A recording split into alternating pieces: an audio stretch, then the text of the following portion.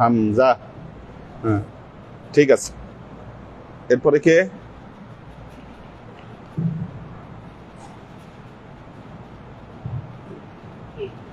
সুলতান মামুন। সুলতান মামুন আসে নাই। ওমর শরীফ আসে নাই। অজু করতেছে। অজু করে আসুক। মাহফুজ মাহমুদ।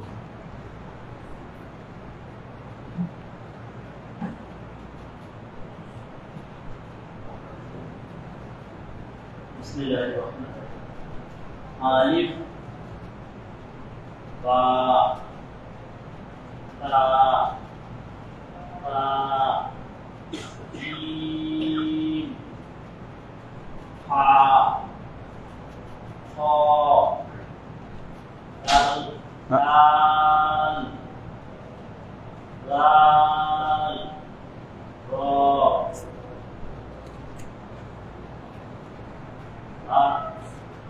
হ্যাঁ,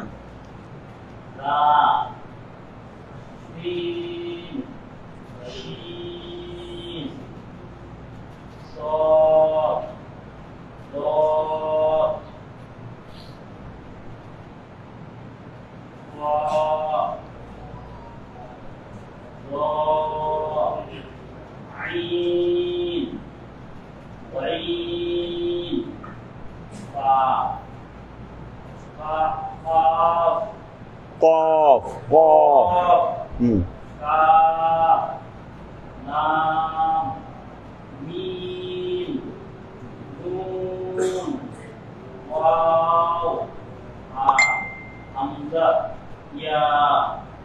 ঠিক আছে, বসেন। কলম কোথায়? কলম দাও। কার কারটা কমপ্লিট হচ্ছে?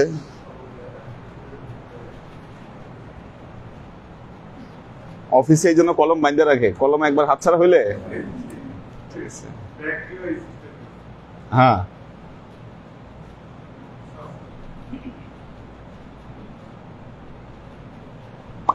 সুলতান মামুন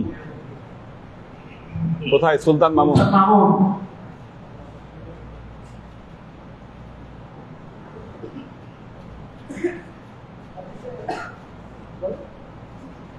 ও সরি, হ্যাঁ।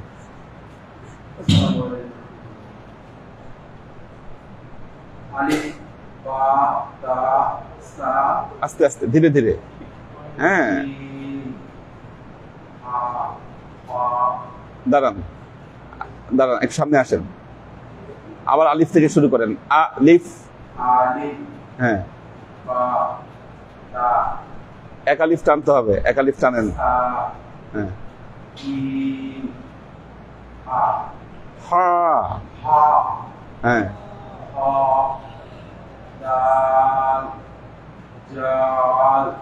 জাল কোথায়? জাল কোথা থেকে? কয় নম্বর মাকরাজ? মাকরাজটা কয় নম্বর? জাল। হ্যাঁ, কোত্থেকে? উপরের দুই দাঁতের মাঝে জিহ্বা। হ্যাঁ, আগের সাথে। হ্যাঁ, আর খুব সফট না? তা জাল না? এগুলো এক এক মাকরাজ থেকে। কয়টা অক্ষর? কি কি কি কি? ত দাল তা, এটা ফা জাল।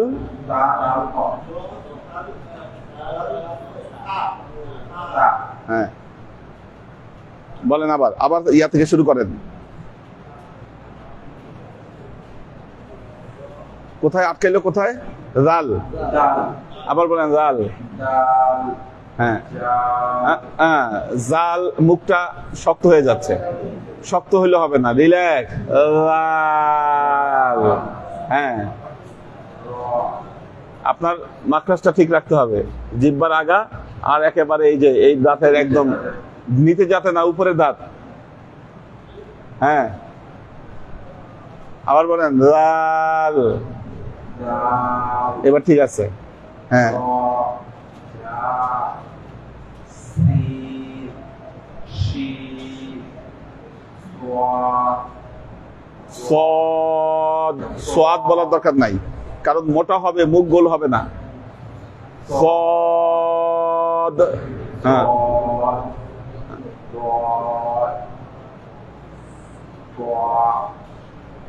না একদম হচ্ছে না, আপনি সেই ট্র্যাডিশনাল স্টাইলে চলে যাচ্ছেন। মুখের আপনি একবারও প্র্যাকটিস করেন নাই, প্র্যাকটিস করতে হবে। ঠিক আছে, এটা প্র্যাকটিস করতে হবে। আর আপনার তো আসলে মাকড়াজি সব মুখস্থ হয় নাই, 10 নম্বর মাকড়াজ পর্যন্ত শোনাইছেন, তারপর তো মাকড়াজ শোনার নাই। মাকড়াজ গুলাই তো ঠিক হয় নাই আপনার, তারপর এগুলা মাকড়াজ শোনান।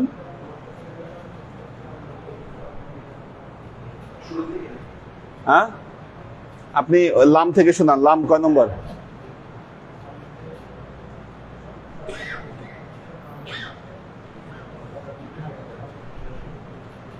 জিহ্বার আকার হ্যাঁ, উপরে দুই দাঁতের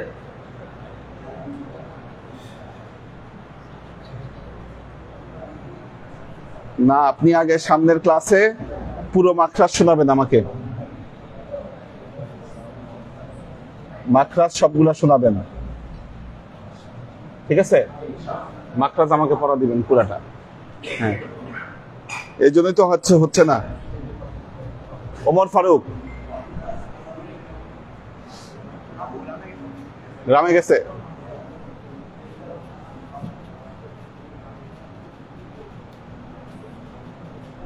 আজাদ সুলাইমান আছে, মাকড়াজ হয় নাই। কেন হবে না? হ্যাঁ, মুখস্থ হয় নাই। আচ্ছা দেখি, পড়তে পারলে পড়ো দেখি।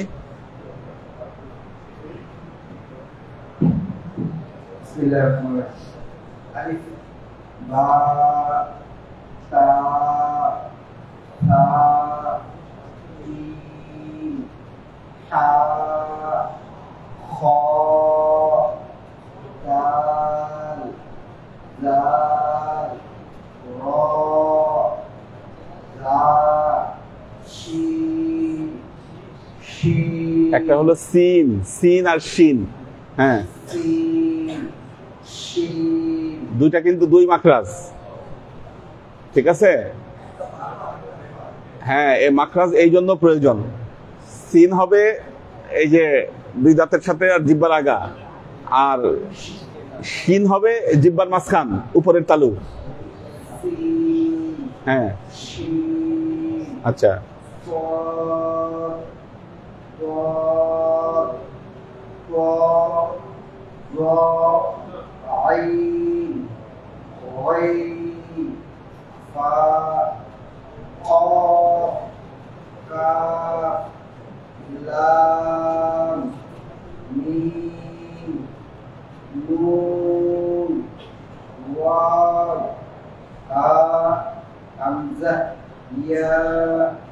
চলবে চলবে।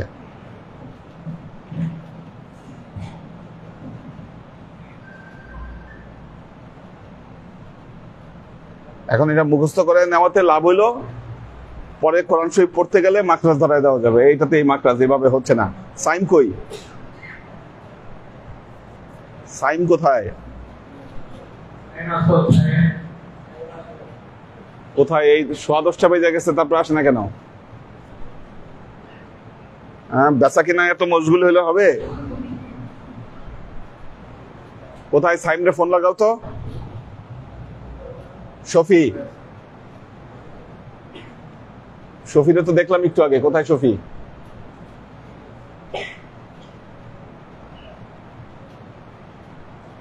একটু আগে দেখছি শফিকে।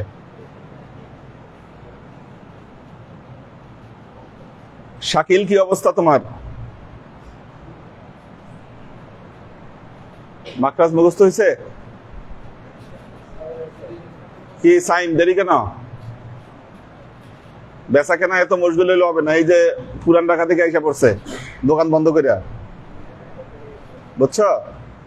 ওই অজুহাত দিলে হবে না। পুরান ঢাকা থেকে দোকান বন্ধ করে আইসা পড়ছে। বলো। 11 নম্বর মাকরাজ জিহ্বার আগা উপরের দাঁতের মাড়ির সাথে লাগায় ত দাল তা। 12 নম্বর মাকরাজ জিহ্বার আগা নিচের দুই দাঁতের আগা এবং পেটের সাথে লাগায় সদ সিন দা। 13 নম্বর মাকরাজ জিহ্বার আগা উপরের সামনের দুই দাঁতের আগার সাথে লাগায় ত দাল তা।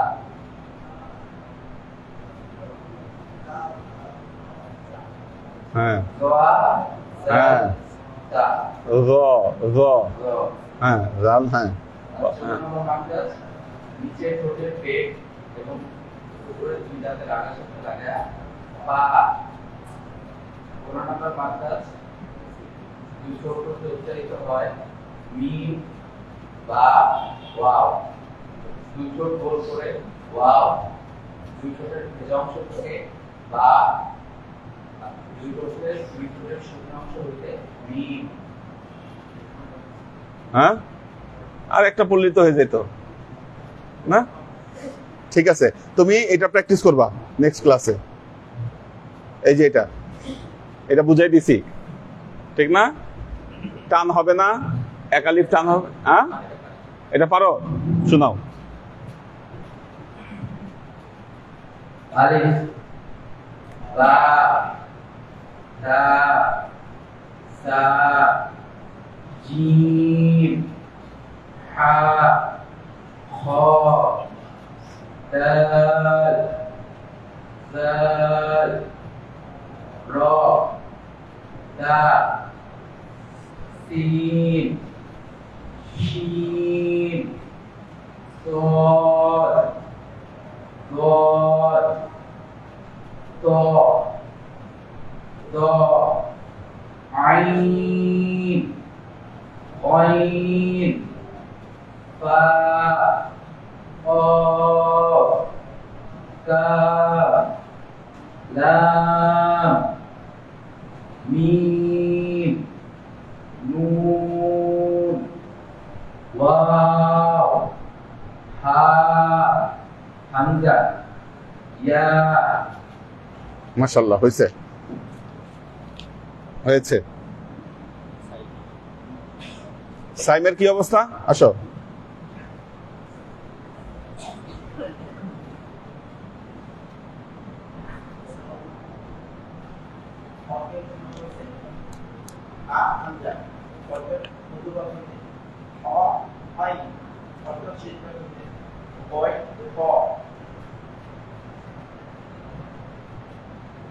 জিহ্বার গোড়া উপর গোড়া পর্যন্ত সাথে লাগায়া ক।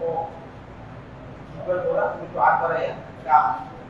জিহ্বার 11 থেকে বলো, 11 বলো। জিহ্বার আগা সামনে দাঁতের গোড়ার সাথে লাগায়া তা তা দাল তো।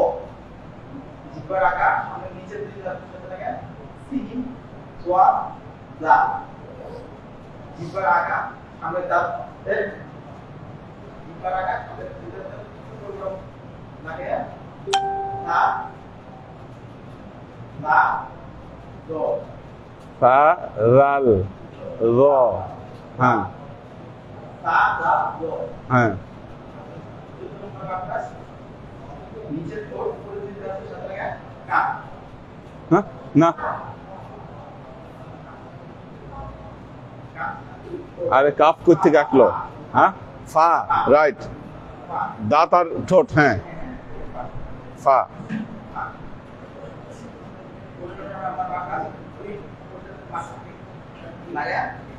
বা মিম ওয়াও 16 নম্বর আপনাদের মনে করো আর 17 নম্বর গুণনা রাইট 15 পর্যন্তই আসলে ঠিক আছে এটা পারবা এটা পারো প্র্যাকটিস করছো বলো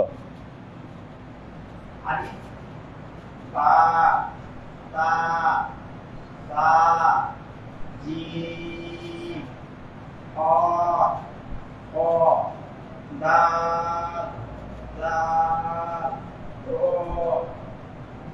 লা সিন শিন সাদ র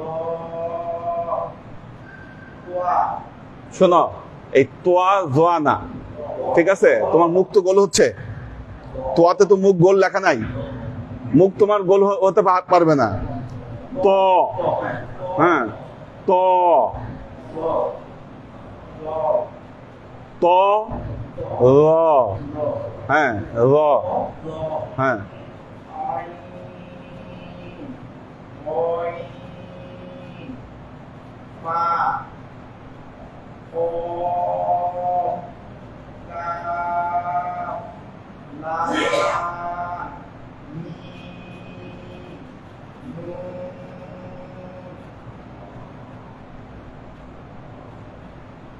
Wow. Ha. Ha. Hamzah. Ya. Hamza ইয়া আচ্ছা বসো আমাদের সাইম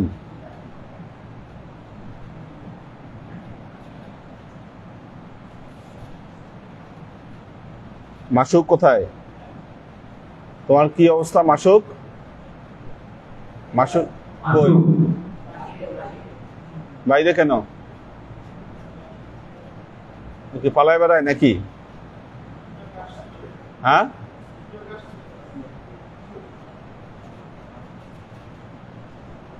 সফি আসে নাই না আজকে এই পর্যন্ত বাকিদেরটা কালকে ধরবো আবার নেক্সট ক্লাসে ধরবো কারণ এক ক্লাসে এটাই সব করতে গেলে হবে না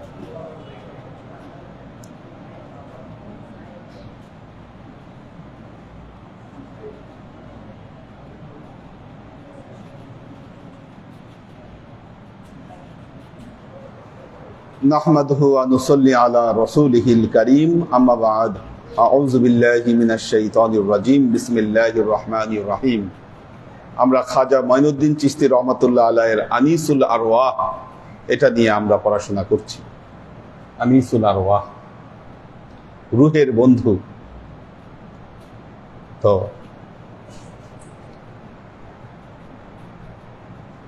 দেখুন আজকে কেউ কেউ প্রশ্ন করেন সুফিবাদ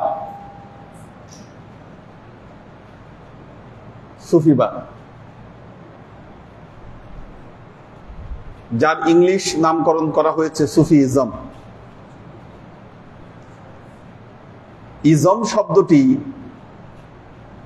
বর্তমান সময়ে যে কোনো মতবাদের ক্ষেত্রে ইজম শব্দটি ব্যবহার করা হয় অর্থাৎ কোনো কিছুর সাথে ইজম শব্দটি যুক্ত করলে সেটার একটা মতবাদ প্রমাণিত হয় এই সুযোগে সুফিজম শব্দটি ব্যবহার করে আমরা বর্তমান সময়ে এই সুফিবাদকে একটা ইজম হিসাবে চিহ্নিত করি এবং ইসলামের সাথে আদৌ এর সম্পর্ক আছে কিনা এই বিষয়টি আমরা গবেষণা করবার চেষ্টা করি কেউ কেউ সুফিদেরকে ইসলাম থেকে খারিজ করে দিয়েছেন, এবং সুফিজম আদৌ ইসলাম এটাকে সমর্থন করে কিনা বা ইসলাম সমর্থিত মতবাদ কিনা, আমরা এটা নিয়ে সে সময় গবেষণায় লিপ্ত হই। প্রশ্ন হচ্ছে বাস্তবিক অর্থটি কি? দেখুন, একটা কথা মনে রাখবেন,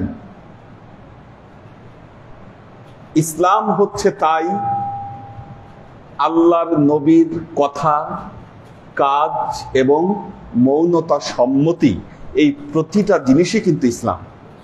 যে কাজ আল্লাহর নবী করেছেন, যে কথা আল্লাহর নবী বলেছেন, যে বিষয়টি আল্লাহর নবীর সামনে ঘটেছে, আল্লাহর নবী তার কোনো প্রতিবাদ করেননি, চুপ থেকেছেন, কি সেটাও ইসলাম। কথা, কাজ এবং মৌনতা, সম্মতি। সেজন্য আল্লাহর নবীর জীবনের সব পর্যায় সবাই ধারণ করতে পারেননি, এটি সম্ভব নয়, এটি অসম্ভব ব্যাপার। এজন্য একজন মুমিনের পর্যায়কে বিভিন্ন ভাগে ভাগ করা হয়েছে পবিত্র কোরআনে। মুসলিম, মুমিন, মুত্তাকিন, মুহসিনিন, কি পবিত্র কোরআনে এই শব্দগুলো কিন্তু ব্যবহৃত হয়েছে। একজন মুত্তাকি শব্দটা কি? মুত্তাকি। মুত্তাকি শব্দটা কোন শব্দ থেকে এসেছে? তাকওয়া। ওয়াও কফ ইয়া, মূল মাদ্দা বলে আর কি ইংলিশে, আরবিতে। পরিত্যাগকারী, পরহেজগারিতা শব্দটা যেটা বলা হয়। খলিফা ওমরের কাছে প্রশ্ন করা হলো, মাত তাকওয়া, তাকওয়াটা কি? খলিফা ওমর বললেন, তুমি খুব ভালো পোশাক পরে কাটা ভরা জঙ্গলের ভেতর দিয়ে তুমি হেঁটে যাচ্ছ, তোমার গায়ে যেন কোনো কাটা না লাগে, এই যে তোমার সাবধানতা, এটার নামই হচ্ছে তাকওয়া বা পরহেজগারিতা।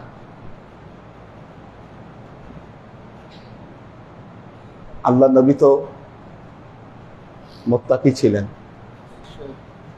মুসলিম ছিলেন, মুমিন ছিলেন, মুত্তাকি ছিলেন, মুহসিনিন ছিলেন। বালাগাল উলা বিকামালিহি কাশাফাত দুজা বিজামালিহি হাসুনাত জামিউ খিসালিহি সাল্লু আলাইহি ওয়া আলিহি। বালাগাল উলা বিকামালিহি, কামালিয়াতের সর্বোচ্চ পর্যায়ে যিনি পৌঁছেছিলেন তিনি ছিলেন মুহাম্মদ মুস্তাফা সাল্লাল্লাহু আলাইহি ওয়াসাল্লাম। কামালিয়াতের সর্বোচ্চ পর্যায়ে তিনি পৌঁছেছিলেন, ওই দরজাকে ধরা কারো পক্ষে সম্ভব নয়।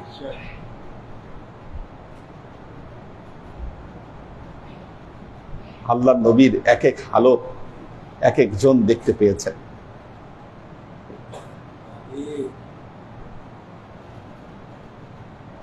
তাকওয়ার যে রূপ, এটাকেই সুফি শব্দ দ্বারা প্রকাশ করা হয়। একজন সুফি আরেকজন মুত্তাকি, এর মধ্যে কোনো পার্থক্য নাই। তাহলে সুফি আসলো কোত্থেকে? আপনারা জানেন, মসজিদে নববীতে একদল সাহাবী পড়ে থাকতো, জীবন জগতের সমস্ত মায়াকে তারা পরিত্যাগ করেছিল, আল্লাহর নবীর দরগায় তারা পড়ে থাকতো, নবীর কাছে যে খাবার আসতো তাই তারা খেত। সারা জীবন তারা জীবনের সবকিছুকে পরিত্যাগ করে তারা মসজিদে নববীতে পড়ে থাকতো। এদের নামকরণ করা হয়েছে আহলে সুফফা। আহলে সুফফা, আহলে সুফফার সদস্যরা বিয়েও করে নাই, বিয়ে শাদিও করে নাই। এখন আল্লাহ নবী বলেছেন, লা রুহবানিয়াতা ফিল ইসলাম, ইসলামে কোনো বৈরাগ্যতা নাই। কিন্তু এনাদেরকে আল্লাহ নবী কিচ্ছু বলেন নাই, মসজিদে নববীতে পড়ে থাকেন। কি তার মানে? এটা ইসলামের অন্যতম একটা রূপ, এটা ইসলাম থেকে আলাদা নয়। কি আপনি সুফিবাদকে যদি ইসলাম থেকে আলাদা করতে হয়, মনে রাখবেন আহলে সোফার সদস্যদেরকে ইসলাম থেকে খারিজ করে দিতে হবে। নাউজুবিল্লাহ, নাউজুবিল্লাহ। বরং আল্লাহর নবীর সাথে এনাদের যা সম্পর্ক ছিল, আল্লাহর নবীর সাথে এনাদের যে নিবিড় সম্পর্ক ছিল, এই সম্পর্ক আর কারোর সাথে ছিল না। কাবা ঘরে ঢুকতেছেন, আল্লাহ নবী ওনাদেরকে নিয়ে ঢুকতেছেন। আল্লাহ নবীর খেদমতে তারা সবসময় নিয়োজিত আছেন। মাওলা আলী বাবুল মারেফত কেন বলা হয় ওনাকে? আল্লাহ নবীর ঘরে একমাত্র বিনা অনুমতিতে প্রবেশ করার অনুমতি একমাত্র হযরত আলীর ছিল। যখন আমরা কিতাবুল আদব পড়াবো, মিশকাতুল মাসাবি, আপনি দেখবেন মিশকাত শরীফে হাদিস আসছে, আল্লাহ নবী আলীকে বলছিলেন, তুমি আমার ঘরে ঢুকতে তোমার কোনো অনুমতি লাগবে না।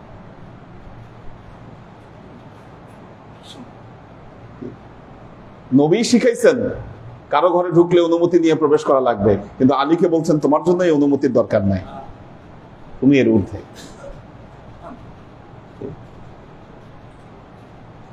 যে আহলে সুফার সদস্য, কি ওনাদেরকে আপনি ইসলাম থেকে খারিজ করে দিতে পারবেন? বরং মনে রাখবেন, মোল্লা মৌলবীদের ওই ইসলামের চেয়ে কি সুফিবাদী ইসলামের মর্যাদা বহু ঊর্ধ্বে। সুফিরা ইসলাম থেকে কখনো ভিন্ন নয়, বরং পবিত্র কোরআনে মুত্তাকি শব্দ দিয়ে যা বোঝানো হয়েছে এটাই হচ্ছে সুফি। একজন সুফি একজন মুত্তাকির মধ্যে কোনো পার্থক্য নেই। আর মনে রাখবেন, ইসলামের আলো পৃথিবীতে ছড়িয়ে দিয়েছিলেন এই সুফিরাই।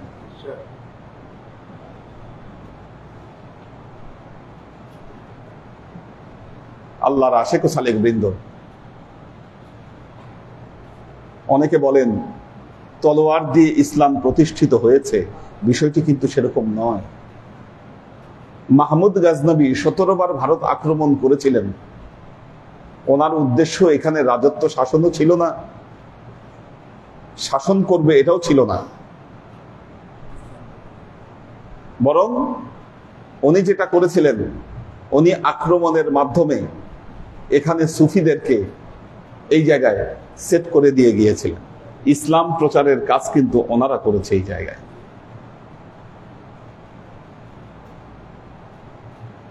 আমরা যার কথা পড়ছি এখন, খাজা মঈনুদ্দিন চিশতি রহমতুল্লাহ আলাইহি, ওনার মজলিসে এসে যারা বসতো, ওনার বয়ান যারা শুনতো, তাদের ভেতরে এমন পরিবর্তন আসতো, ধর্ম ত্যাগ করে কি ওনার কাছে সমর্পণ করে দিত নিজেকে। এটা আজকের দিনে কয়জনের পক্ষে সম্ভব বলেন? কাজেই আল্লাহর আশেক ও সালেক বৃন্দ ওনারা কি বলে গিয়েছেন, ওনারা কি বলেছেন, এটা আমাদের জানা অত্যন্ত জরুরি। আল্লাহর আশেক ও সালেক বৃন্দ,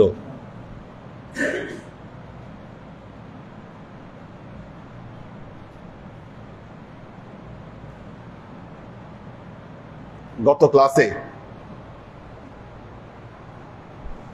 পুরুষের কি হক নারীদের ব্যাপারে সেটা নিয়ে আলোচনা করেছিলাম। খাজা মঈনুদ্দিন চিশতি এখানে নারীদের কি দায়িত্ব তাদের হাজবেন্ডদের ব্যাপারে, এই কথাটা এখানে তিনি আলোচনা করেছেন।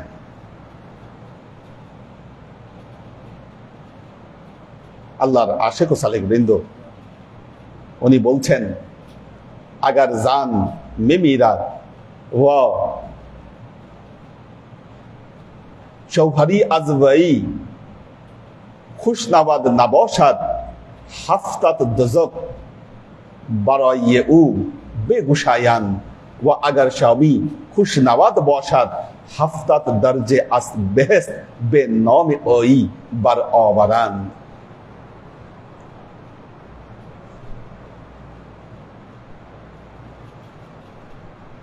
আল্লাহ নবী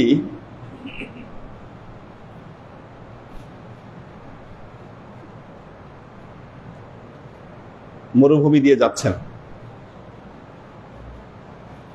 মরুভূমি দিয়ে যাচ্ছেন, একটা উট এসে আল্লাহ নবীকে সেজদা করলো। সাহাবাই কেরাম বললেন, ইয়া রাসূলুল্লাহ, একটা উট যদি আপনাকে সেজদা করতে পারে আমরা কেন করব না? আল্লাহ নবী বললেন, এটা আমার শরীয়তে নিষেধ করা হয়েছে, করা যাবে। তবে হ্যাঁ, যদি সেজদা করাই যেত, আমি নারীদেরকে নির্দেশ দিতাম, তোমরা তোমাদের স্বামীদেরকে সেজদা করো।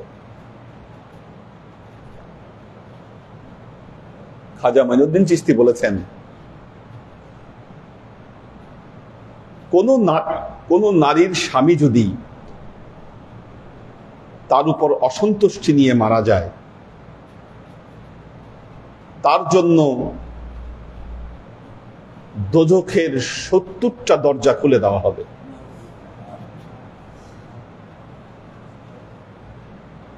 গত ক্লাসে কিন্তু মেয়েদের পক্ষে ওয়াজ করছি, কি আগে বলে নিছি ওটা। এখন হলো মেয়েদের কি হালত। কোন নারীর উপর, কোন মেয়ের উপর যদি তার হাজবেন্ড অসন্তুষ্ট হয় আর এই অসন্তুষ্টি নিয়ে সে মারা যায়, হাফতাত দারে দোজখ বারাইয়ে ঈশান বেগুশায়ান, তাহলে তার জন্য দোজখের ৭০টা দরজা, দোজখের ৭০টা দরজা তার জন্য খুলে দেওয়া হবে। ওয়া আগার খুশনাওয়াদ বসাদ হাফতাত দরজে আসবেশ বেনমে ওয়াই বার আওয়ারান। আর যদি তার হাজবেন্ড যদি তার উপর খুশি থাকে, তাহলে বেহেশতের ৭০টা দরজা তার জন্য বেনমে ওয়াই বার আওয়ারান, তার নামে খুলে দেওয়া হবে।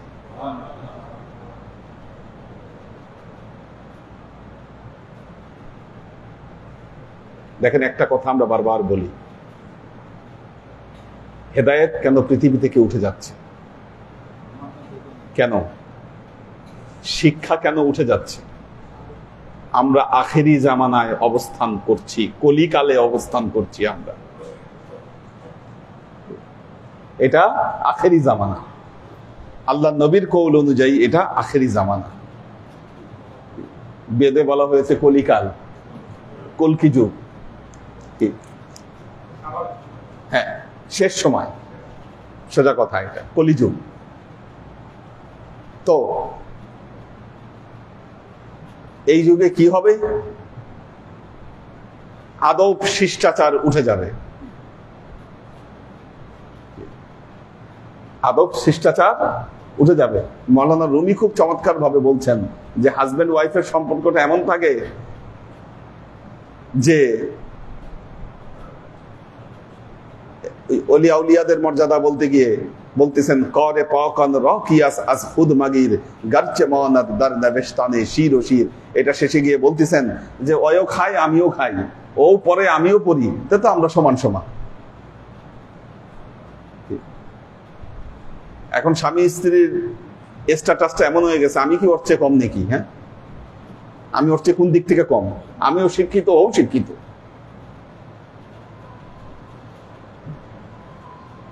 আমিও ইনকাম করি, সেও ইনকাম করে, আমি এর চেয়ে কম কিসে? আমার গুণাবলী এর চেয়ে কম কিসে? দেখেন, আমরা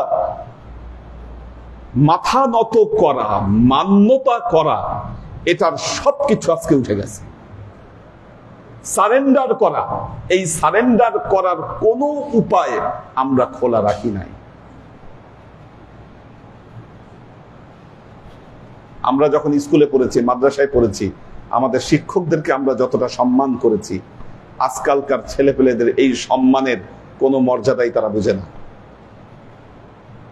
আমাদের মনে যে ভয় ছিল যে না, আমাদের শিক্ষকের সাথে বেয়াদবি করলে জীবনে শিক্ষা হবে না, আমরা শিক্ষিত হতে পারবো না, এলেম আমাদের মধ্যে ঢুকবে না।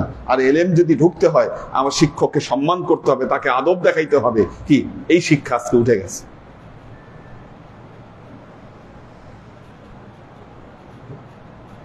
এবং এই শিক্ষা উঠার পেছনে সর্বোচ্চ দায়ী হচ্ছে এই আরব থেকে শিক্ষা গ্রহণ করে আসা কিছু খারেজি কাট্টা মৌলবী। এরাই কিন্তু সমাজ থেকে আদব কায়দা সবকিছুকে তুলে দিয়েছে।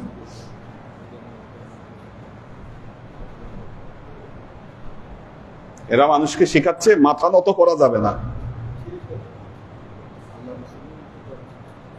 সবসময় মাথা উঁচু থাকতে হবে।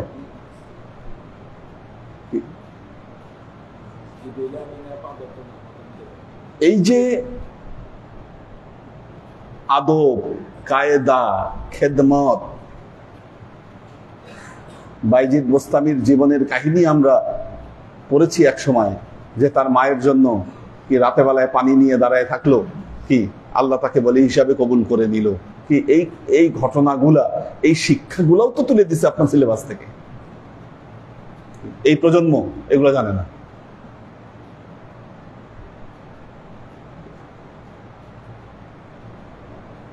আমাদের শিক্ষা ব্যবস্থায় এমন ভাবে হাত দেওয়া হয়েছে,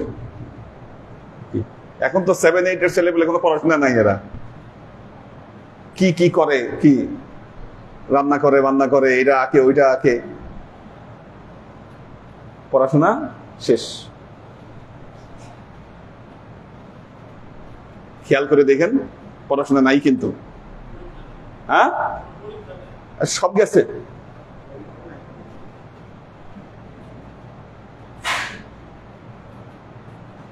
এটা দেখতেছে না ফলাফলটা কই দাঁড়াচ্ছে। এভাবে যদি চলতে থাকে, মনে রাখবেন আমাদের সমাজ থেকে কোনো দার্শনিক জন্ম নিবে না, বৈজ্ঞানিক জন্ম নিবে না, চিন্তাবিদ জন্ম নিবে না, কি আমাদের সমাজ এগুলো শূন্য হয়ে থাকবে।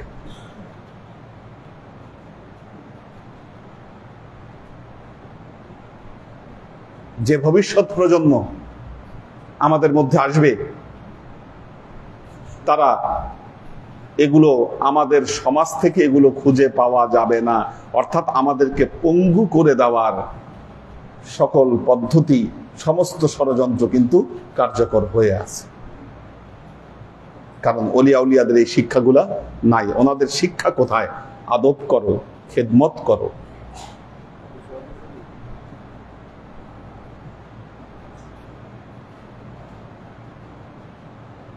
বাবা মার খেদমত কয়জন করে বলেন? বর্তমান সময়ে কয়জন সন্তান তার বাবা মার খেদমত করে? দেখেন খেদমত উঠতে উঠতে কোন জায়গায় গেছে।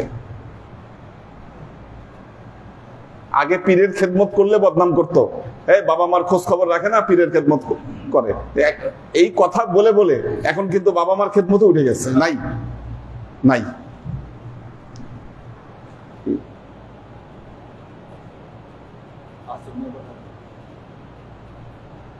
নাই। সব জায়গা থেকে আদব, কায়দা, মান্যতা, খেদমত, এই জিনিসগুলোকে শেষ করে দেওয়া হয়েছে। এর ফলশ্রুতিতে কি ঘটবে বললামই তো, কি এরকম সমাজ থেকে কখনো দার্শনিক বের হবে না, চিন্তাবিদ বের হবে না, বৈজ্ঞানিক বের হবে না, আবিষ্কারক বের হবে না।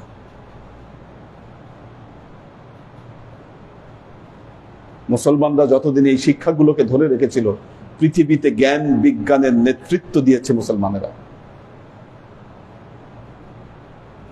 বাদ আজ আন, খাজা ফরমুদ,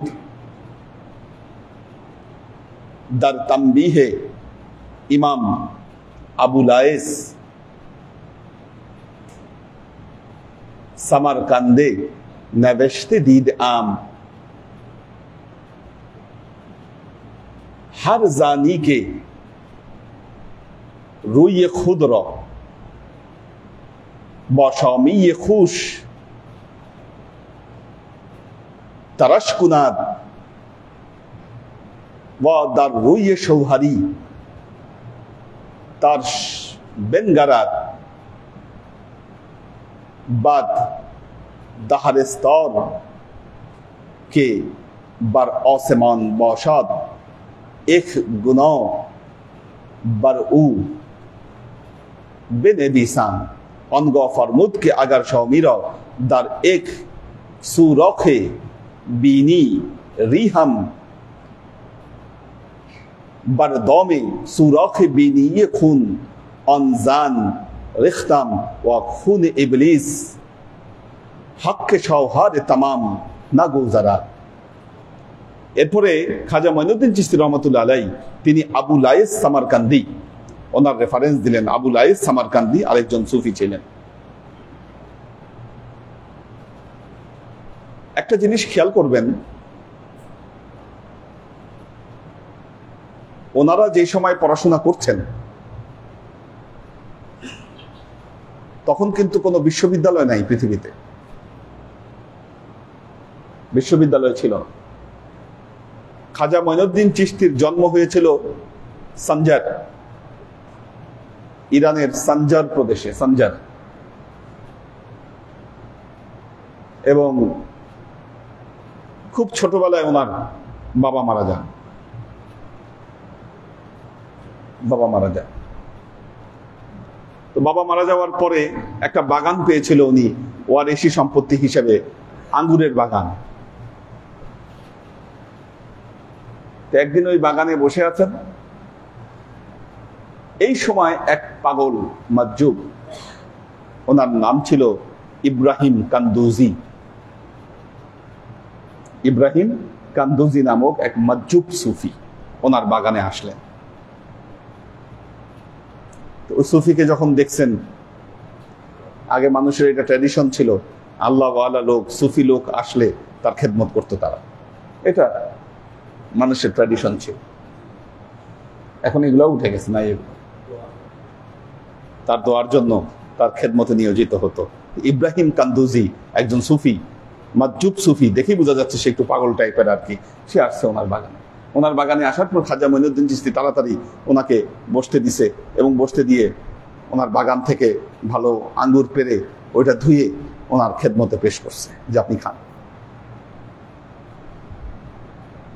উনি খায় নাই, উনি আঙ্গুর খায় নাই, বরং আঙ্গুরগুলো ধরে একটা হয়তো ওখান থেকে একটু খেয়েছে, বাকি আঙ্গুরগুলো ঠেসে খাজা মঈনুদ্দিন চিশতির মুখে জোর করে ঢুকাই দিয়ে ওনাকে সবগুলা খাওয়াইছে।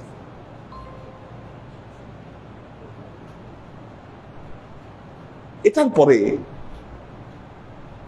ওনার মধ্যে এমন এক হাল তৈরি হলো, খাজা মঈনুদ্দিন চিশতি রহমতুল্লাহ আলাইহির ভেতর একটা হাল পয়দা হলো, হালত তৈরি হলো। উনি ওনার ওই বাগান বিক্রি করে দিলেন, বাগান বিক্রি করে দিলেন, দিয়ে যে টাকা পয়সা পাইলেন নিজের সফরের জন্য কিছু রেখে বাকি টাকা পয়সা বিলিয়ে দিলেন। দেখেন হালতটা কি পয়দা হয়েছে, সোহবতের কারণে।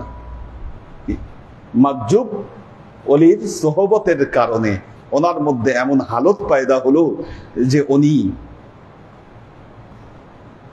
ওয়ারিশি সম্পত্তি হিসাবে একটা বাগান উনি পেয়েছেন। চিন্তা করে দেখেন,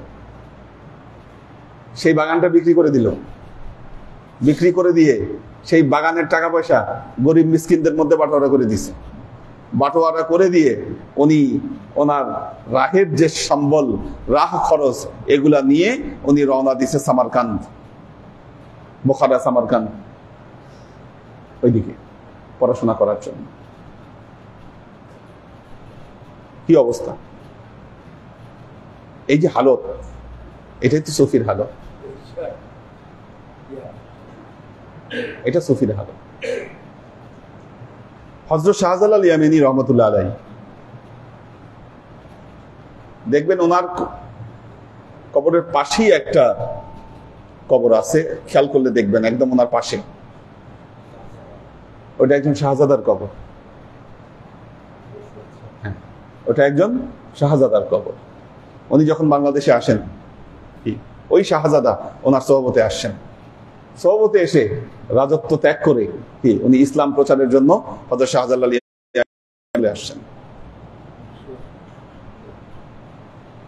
এই যে জীবনে হঠাৎ পরিবর্তন,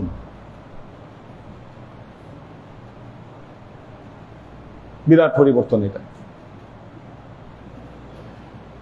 খাজা মঈনুদ্দিন চিশতির একই অবস্থা হলো।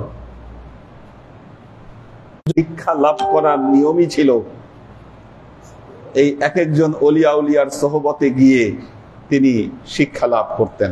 খাজা মঈনুদ্দিন চিশতি প্রথমে চলে যান সামারকান্দ, বুখারা, ওইদিকে তিনি চলে যান, ওখানে তিনি কোরআনের হাফেজ হন। এবং সেই সময়ে অনেক সুফিদের সোহবত লাভ করেন। সব লিস্ট আছে আমার কাছে, কার কার সোহবত পেয়েছিলেন। সেখান থেকে চলে যান বাগদাদ।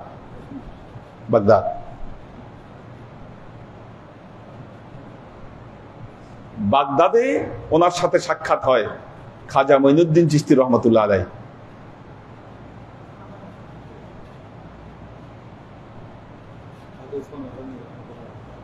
না, খাজা বড়পীর আব্দুল কাদের জিলানী রহমতুল্লাহ আলাইহির সাথে ওনার সাক্ষাৎ হয়।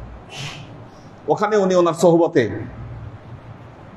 প্রায় 2.5 মাসের চেয়ে কিছু বেশি সময় ওনার সোহবতে উনি ছিলেন। বড়পীর আব্দুল কাদের জিলানী রহমতুল্লাহ আলাইহির সোহবত। তো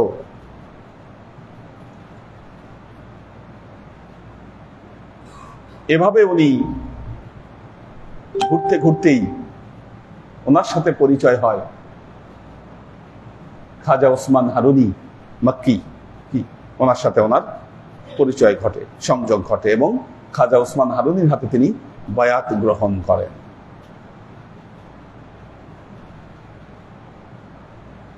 খাজা ওসমান হারুনির সাথেই তিনি মক্কা মদিনা জিয়ারতে তিনি যান। প্রথমে তিনি হজ সম্পন্ন করেন। হজ সম্পন্ন করে যখন মদিনা শরীফ জিয়ারতে তিনি গিয়েছেন, আল্লাহ নবীর রওজার সামনে গিয়ে ওনার হাল উঠে গেছে। ওনার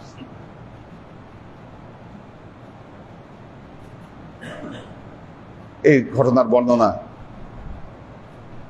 ব্যাপকভাবে আছে। ওনার উপরে হালত পয়দা হয়েছে। আল্লাহ নবীর কাছ থেকে নির্দেশ আসছে, খাজা মঈন তুমি ভারতবর্ষের আজমিরে চলে যাবে ইসলাম প্রচারের জন্য। উনি বললেন, ইয়া রাসূলুল্লাহ, আজমির কোথায় আমি তো জানি না, আমি তো চিনি না। মজার ব্যাপার শুনেন, দেখেন এত আগের টেক্সটে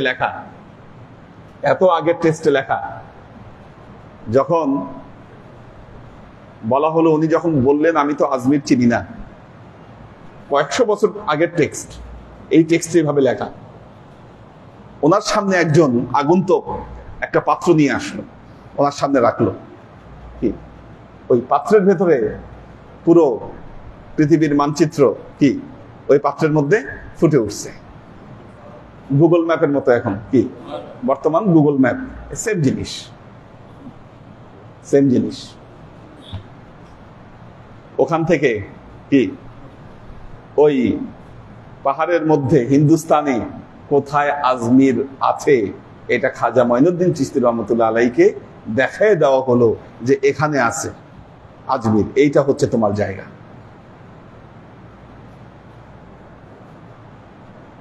জিয়ারত শেষ করে তিনি রওনা দিলেন ভারতবর্ষে। পাকিস্তান হয়ে আসছিলেন।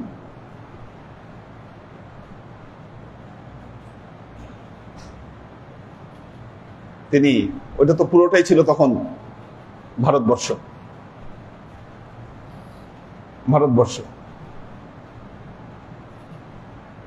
প্রথমে লাহোরে আসলেন। দাতাগঞ্জ বক্স, কি দাতাগঞ্জ বক্স, আলী হুজভিরি ওনার নাম।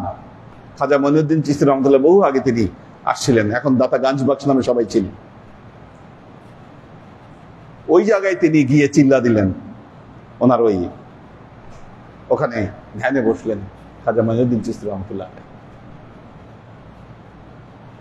এবং আসার পথেও তিনি অনেক জায়গা জিয়ারত করে এসেছিলেন।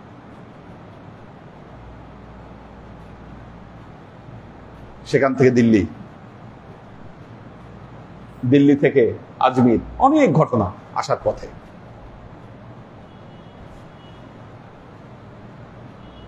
বলছি কেন এই কথাগুলো? কারণ আমরা আমাদের পূর্বপুরুষ যারা, তারাও এইভাবে তাদের জ্ঞানের পাল্লাকে ভারী করেছেন।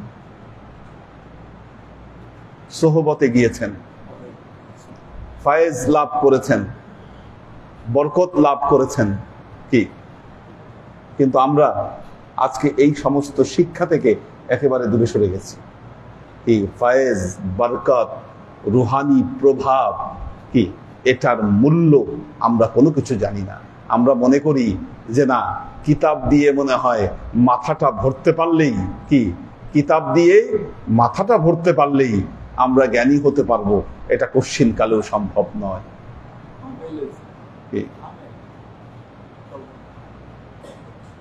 কিতাব দিয়ে আজকে মেন সমস্যাটা হচ্ছে এইখানে।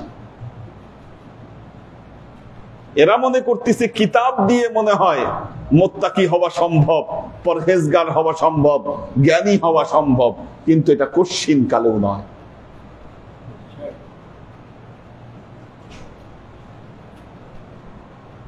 হেদায়েতের নূর যদি আপনার কলবে, আপনার অন্তরে প্রবেশ না করে, আপনি কখনোই আধ্যাত্মিক আলোতে আপনি আলোকিত হতে পারবেন না। আল্লাহর আশিক ও সালেক বৃন্দ, আমাদের শিক্ষা ব্যবস্থার আমূল পরিবর্তন প্রয়োজন।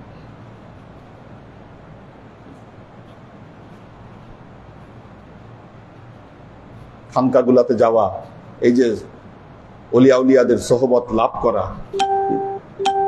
এটা ছাড়া মনে রাখবেন মানুষের মুক্তির কোনো পথ খোলা নাই।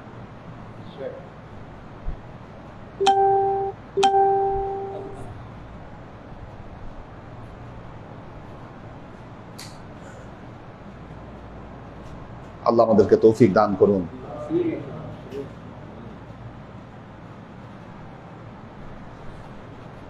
ওলিয়া উলিয়াদের কুৎসা গাওয়া হয়, বদনাম গাওয়া হয়।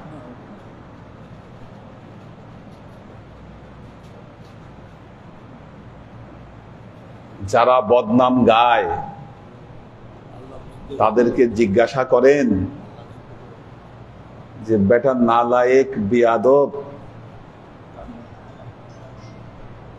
তুই আজকে ইহুদি খ্রিস্টানদের টাকায় কি 2 পৃষ্ঠা পড়ে মৌলানা হয়ে তুই যে ওলিয়া উলিয়াদেরকে গালি দিচ্ছিস, তারা ইসলামের জন্য যে খেদমত আঞ্জাম দিয়েছে তার 100 1 বিন্দুও তুই করেছিস কিনা? তুই তো আজীবন ইহুদি খ্রিস্টানদের দালালি করে যাচ্ছিস, তাদের নীল নকশাকে বাস্তবায়নের জন্য তুই কাজ করে যাচ্ছিস। আল্লাহর আশিক এগুলোর বিরুদ্ধে কথা বলতে হবে।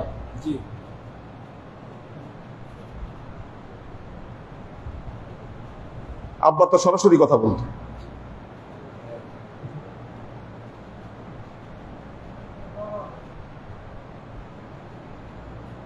এই যে তবলিগ জামাত, বুঝলাম তবলিগ জামাত খুব ভালো মতবাদ, তাহলে আসেন আমরা এখন দোয়া করি পৃথিবীর সব মুসলমান তবলিগ জামাত হয়ে যাক। কি ওটা ভালো হইলে তো এটা আমাদের তাই দোয়া করতে হবে, ঠিক কিনা বলেন? এটা একটা সহি মতবাদ যদি হয়, কারণ দোয়া করতে হবে না সবাই মিলা যে আল্লাহ তাহলে পৃথিবীর সব মুসলমান তবলিগ জামাত হয়ে যাক। পৃথিবীর সব মুসলমান যদি তবলিগ হয় তাহলে অবস্থাটা কি হবে মুসলমানদের, আপনি চিন্তা করে দেখেন। তাহলে পৃথিবীর সব মুসলমান বসকা বাসকি মাথায় নিয়ে খালি মসজিদে মসজিদে ঘুরে বেড়াবে, আর কোনো কাজ নাই এগো দুনিয়ার। বলেন যদি পৃথিবীর সব মুসলমানের এই অবস্থা হয়, কি তাইলে আর ইসরায়েলের ট্যাঙ্ক নিয়ে আর হামাসে আক্রমণ করা লাগবে না, সব তো মসজিদেই থাকবে বসকা বাসকি নিয়ে, কি সারা দুনিয়া রাজত্ব করবে এরা। এরা হচ্ছে চরম বিভ্রান্ত, কিন্তু সহি কথা বলতে গেলে আবার কারো কারো বুকে বাজে না, এরা তো ভালো কাজ করতেছে।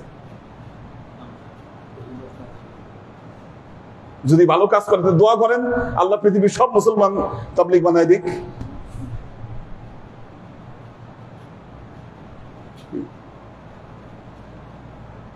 এই মতবাদ তৈরি করা হয়েছে মুসলমানদেরকে গোলাম বানানোর জন্য, আর কিছু না।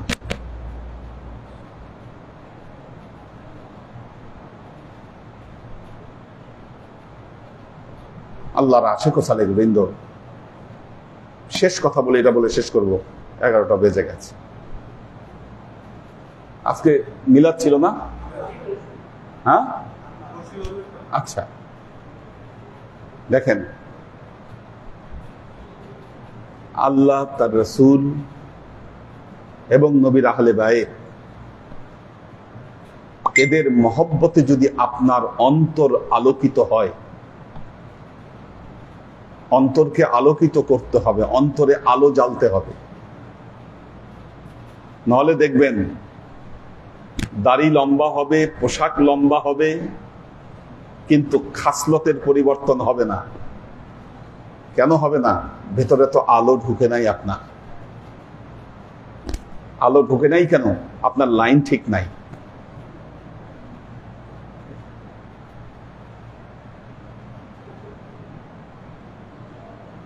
এই যে কোনো মাহফিলের নামে বাংলাদেশের বিভিন্ন এরিয়াগুলাতে রাস্তায় দাঁড়ায় দাঁড়ায় মাদ্রাসার ছেলেপেলেদেরকে যে চাঁদাবাজি করায়, এটা তো মুসলমানদের জন্য লজ্জাস্কর ব্যাপার। এই জিনিসগুলো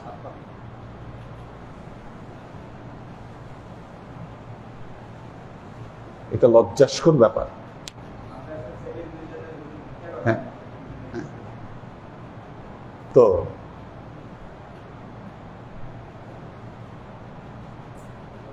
আল্লাহর আশিক ও সালেক এগুলো খুব খারাপ মেসেজ দিল।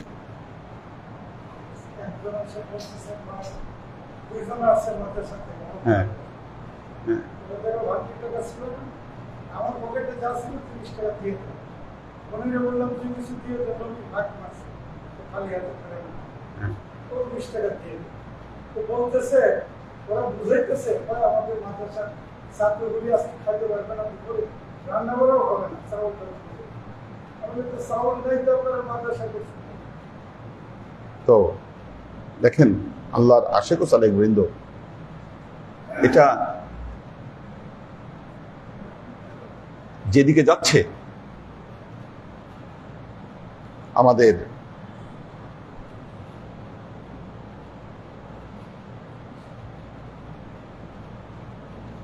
ভালো কিছু নয়। আল্লাহ আমাদেরকে হেদায়েত দান করুন। দেখি কারা আছে।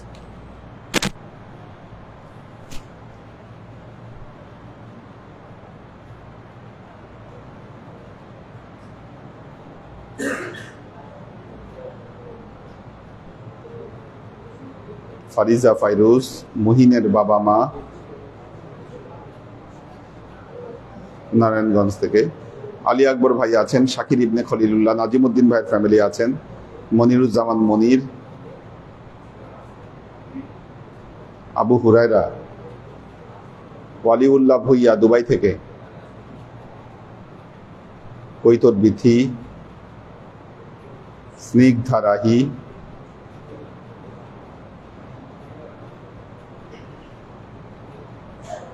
রিয়াজউদ্দিন সত্যনগরী আছেন, সুরভি আক্তার নিপা, মনিরুজ্জামান মনির, ওমর শরীফ, শফিকুল ইসলাম শাওন,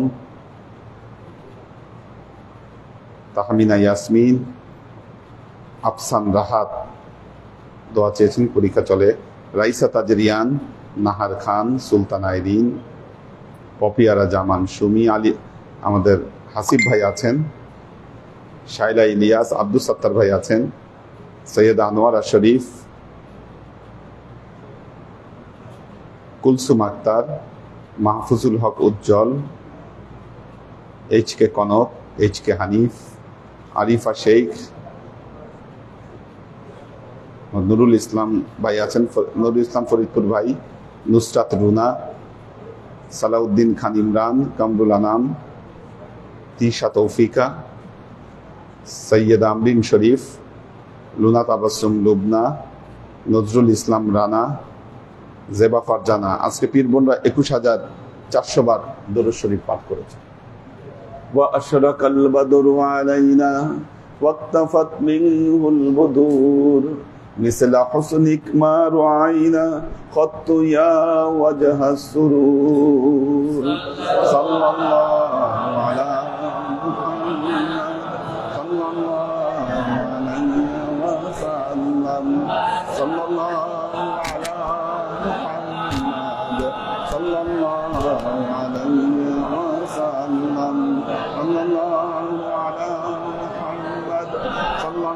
عليه وسلم يا حبيبي يا محمد يا عروس الخافقين يا مؤيد يا ممزد يا إمام القبلتين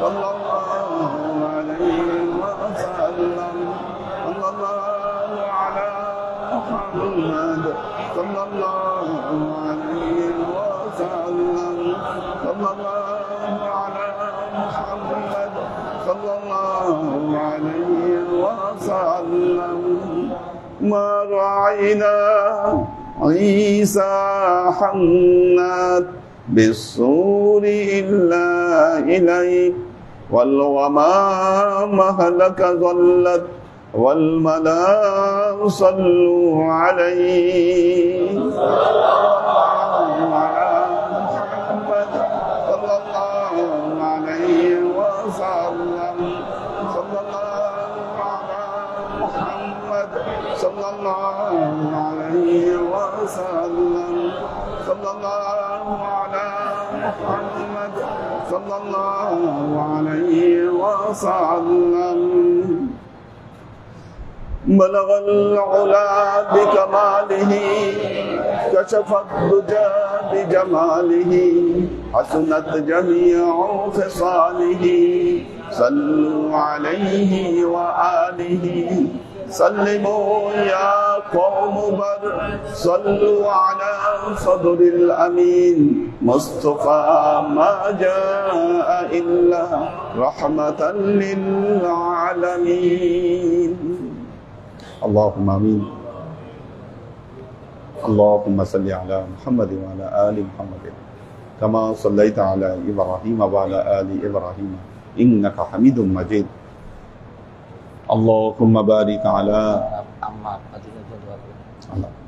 اللهم بارك على محمد وعلى آل محمد كما باركت على إبراهيم وعلى آل إبراهيم إنك حميد مجيد ربنا ظلمنا أنفسنا وإن لم تغفر لنا وترحمنا لنكونن من الخاسرين ربنا آتنا في الدنيا حسنة وفي الآخرة حسنة وقنا عذاب النار ربنا لا تزغ قلوبنا بعد إذ هديتنا وهب لنا من لدنك رحمة إنك أنت الوهاب اللهم إنك عفو تحب العفو فاعف عني يا غفور الرحيم الودود اللهم نور قلوبنا بنور الإيمان ونور قلوبنا بنور الإسلام ونور قلوبنا بنور الإحسان وزين أخلاقنا بنور محمد صلى الله عليه وسلم اللهم إنا نسألك علما نافعا رزقا واسعا عملا مقبولا شفاء من كل داء قلبا خاشعا ذهنا ذاكرا إيمانا كاملا توبة قبل الموت راحة عند الموت ونزاة بعد الموت اللهم إنا نسألك رحمتك في كل ضربة فلاح في كل أمر ونعوذ بك من الشرك والشك والنفاق والبدعة ومن كل وسوسة الشيطان يا الله يا رحمن يا مالك আমরা এতক্ষণ তোমার দরবারে যে সমস্ত আমলকে উপস্থাপন করলাম তোমার প্রিয় হাবিব হযরত মুহাম্মদ মুস্তাফা সাল্লাল্লাহু আলাইহি ওয়াসাল্লামের শানে যে দরুদ ও সালাম পেশ করলাম ত্রুটি মুক্তভাবে এই আমলগুলোকে তুমি কবুল করে নাও তুমি আমলের যাজা আমাদের প্রিয় নবী হযরত মুহাম্মদ মুস্তাফা সাল্লাল্লাহু আলাইহি ওয়াসাল্লামের কাছে পৌঁছে দাও আল্লাহ আমাদের নবীর পরিবারবর্গের কাছে তুমি এর যাজাকে পৌঁছে দাও এই দুনিয়ার সমস্ত আম্বিয়ায়ে কেরাম সাহাবায়ে কেরাম তাবেঈন তাবেঈন ওয়ালি আউলিয়া গাউস কুতুব আমাদের মা বাবা ভাই বোন আত্মীয় স্বজন এই দরবার থেকে যত পীর ভাই বোন চলে গেছে সবার রূহে আল্লাহ তুমি এর যাজাকে পৌঁছে দাও তুমি তোমার হাবিবের ওসিলায় আমাদের সবাইকে কবুল ক্ষমা করে দাও আমাদের জীবন থেকে সমস্ত অভাব অভিযোগ বালা মুসিবত দুঃখ কষ্ট রোগ শোককে দূরীভূত করে দিয়ে দৃঢ় হস্তে তোমার দ্বীনের খিদমতের তৌফিক তুমি আমাদেরকে দান করো আজীবন যেন তোমার হেদায়েতের পথে প্রতিষ্ঠিত থাকতে পারি সে তৌফিক তুমি আমাদেরকে দান করো আল্লাহ বিশেষ করে আল্লাহ আজকে আমরা যাদের জন্য এই মিলাদ মাহফিলের আয়োজন করলাম আল্লাহ তুমি তোমার এই বান্দা বান্দীদেরকে আল্লাহ তুমি কবুল করে নাও তুমি তাদের জীবনের সমস্ত ত্রুটি বিচ্যুতিগুলোকে আল্লাহ তুমি মাফ করে দাও। আল্লাহ জান্নাতে তোমার পেয়ারা বান্দা বান্দীদের সাথে তুমি তাদেরকে স্থান দান করো। সুবহান রাব্বিকা রাব্বিল ইজ্জাতি আম্মা ইয়াসিফুন সালামুন আলাল মুরসালিন আলহামদুলিল্লাহি রাব্বিল আলামিন ওয়াজআল আখিরু কালিমাতিনা ইনদাল মাউত লা ইলাহা ইল্লাল্লাহ মুহাম্মাদুর রাসূলুল্লাহ।